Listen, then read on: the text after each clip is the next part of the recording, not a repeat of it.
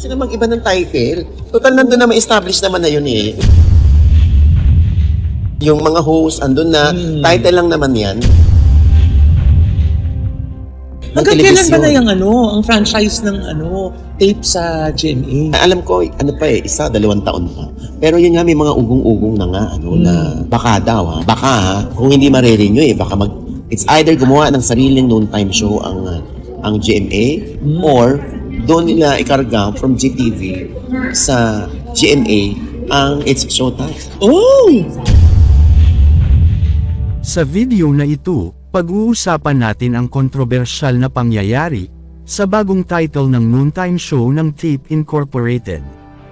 Naglabasan kasi ang iba't ibang reaksyon mula sa mga tao, at si OG Diaz ay isa sa mga hindi nakapigil na magbigay ng kanyang opinyon. Ano nga ba ang naging reaksyon ni OG sa bagong title ng Tape? Tara, alamin natin ang buong detalye. Panoorin ang buong video. Kumusta mga idol? Mayroon naman tayong bagong chika sa inyo. Bago yan, welcome sa channel ni Mr. JV. Sa mga nakaraang araw, tila hindi mapigilan ni OG Diaz na magbigay ng kanyang reaksyon sa bagong title ng noontime show ng Tape Incorporated na umiere sa GMA Network.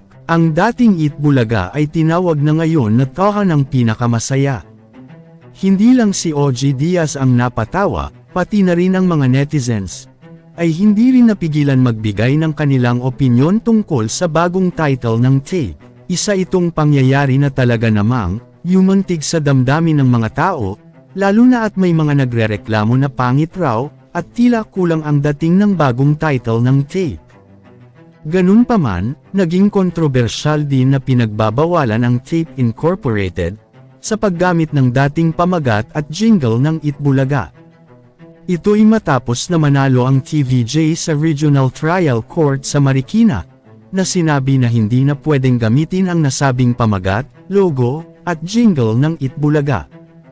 Sa TVJ ay tuloy pa rin ang paggamit nila sa Eat Bulaga title, pati na rin ang jingle nito. Samantalang sa Tahan ng Pinakamasaya, binago na ang pangalan mula sa kantang jingle ng mga host ng Tape Inc. Si OG Diaz naman, hindi lang napatawa, kundi nagbigay rin ng kanyang opinyon sa bagong title.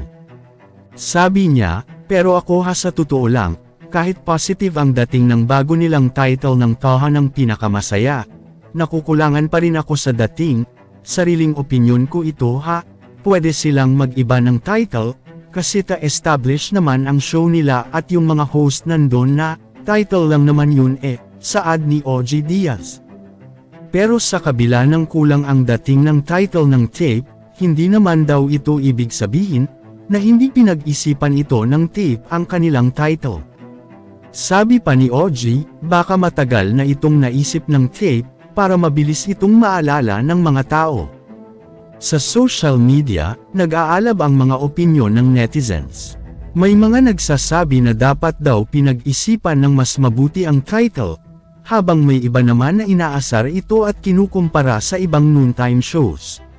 Pero mayroon ding mga netizens na natutuwa at nagsasabing maganda ito dahil may originality na ang Tape Inc. Ganun pa man, wala pang opisyal na pahayag mula sa kampo ng Tape Incorporated tungkol sa mga reaksyon at pang-aasar ng netizens sa kanilang bagong noontime show. Kayo mga idol, ano ang masasabi nyo sa chika topic natin ngayon?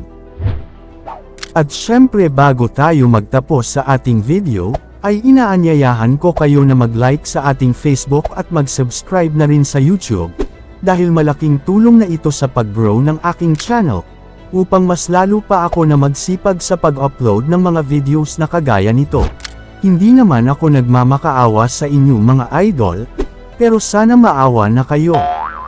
Hanggang dito na lang ang ating video, maraming salamat sa inyong pagtambay, bye-bye!